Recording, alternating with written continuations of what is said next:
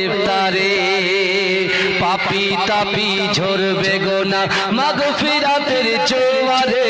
সারা দিনের ক্লান্তি ভুলে সুখটা নেব ইফতারে সেহরি খাবো রাখবো রোজা ডাক দিও মা আমারে সারা দিনের ক্লান্তি ভুলে সুখটা নেব ইফতারে যাই নামাজে দাঁড়িয়ে যাব পড়বো মাগো তারাবি সেই নামাজের শিক্ষা দিলেন আমাদের প্রিয় নবী যাই নামাজে দাঁড়িয়ে যাব পড়বো মাগো তারাবি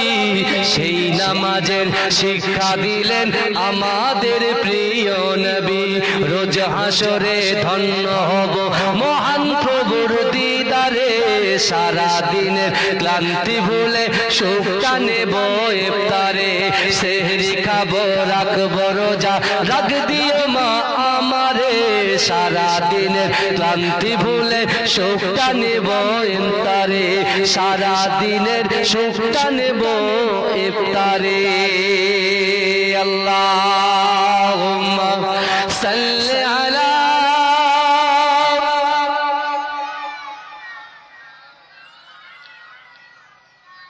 ওয়ালা আলাইহি সাইয়্যিদ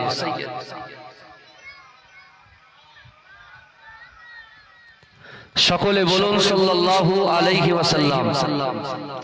নাহমাদুহু ওয়া নুসাল্লি আলা রাসূলিহিল কারীম আম্মা বাদ উপস্থিত আমার সম্মুখে বসে থাকা দিনদার ইমানদার আল্লাহওয়ালা নেককার আমার মুরব্বি বাপেরা চাচা জানেরা আমার প্রাণ প্রিয় যুবক ভাইরা পদ্মার অঞ্চলে ধার্মিকা পর্দা নশীনা আমার আম্মা জান ও বোনেরা মা সম্মানিত এই গ্রামের যোগ্য ইমাম সাহেব মুয়াজ্জিন সাহেব কমিটি সাহেবান গণেরা আল্লাহ পাক রব্বুল আলামিনের দরবারে লাখো কোটি শুকরিয়া জ্ঞাপন করি যে আল্লাহ পাক রব্বুল আলামিন আজিকার দিনেতে আমাদের মতো গুনাহগার খাতাকার সিয়াকার নাচিস বান্দা বান্দিগুলোকে কিছু সময় এই জান্নাতের বাগানে কোরআন হাদিস ইজমা কিয়াসের কিছু কথা শোনার এবং বসার এই পবিত্র মাহে রমজানে এই জান্নাতের বাগানে আসন গ্রহণ করিয়েছেন সকলে উচ্চ আওয়াজে বলুন আলহামদুলিল্লাহ এর মহব্বতের সঙ্গে বলুন তারপর পরই শান্তির দূত সাম্যবাদের সদাচারী ইমামুল আম্বিয়া খাতামান নবিয়িন ইমামুল হুদা নূরুল আলা নূর নূরে মুজাসসাম রাসূল আকরাম হাবিবে লবিবে তবিব জনাবে মুহাম্মদ মুস্তাফা সাল্লাল্লাহু আলাইহি ওয়াসাল্লামের রওজা মুবারকে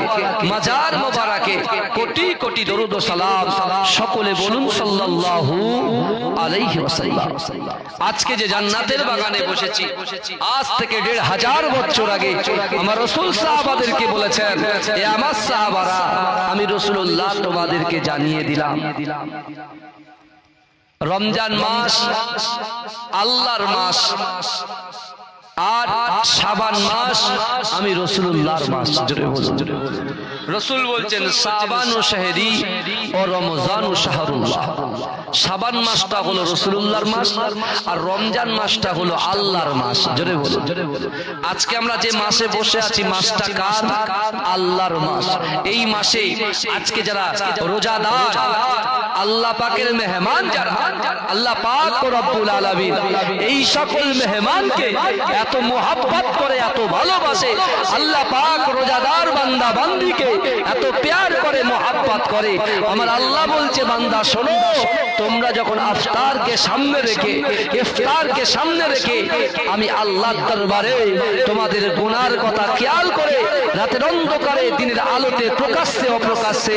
জাহিরিতে বাতিনিতে সগীরা কবিরা যত গুনাহ তোমরা করো না কেন ও বান্দা ওই ইফতারকে সামনে রেখে আমি আল্লাহর দরবারে যদি দুহাত উত্তোলন করে আমি আল্লাহর কাছে তোমরা যে দোয়াটা চাইবে ওই দোয়াটা আমি আল্লাহ পাক আসমানের উপরে কবুল করে দেব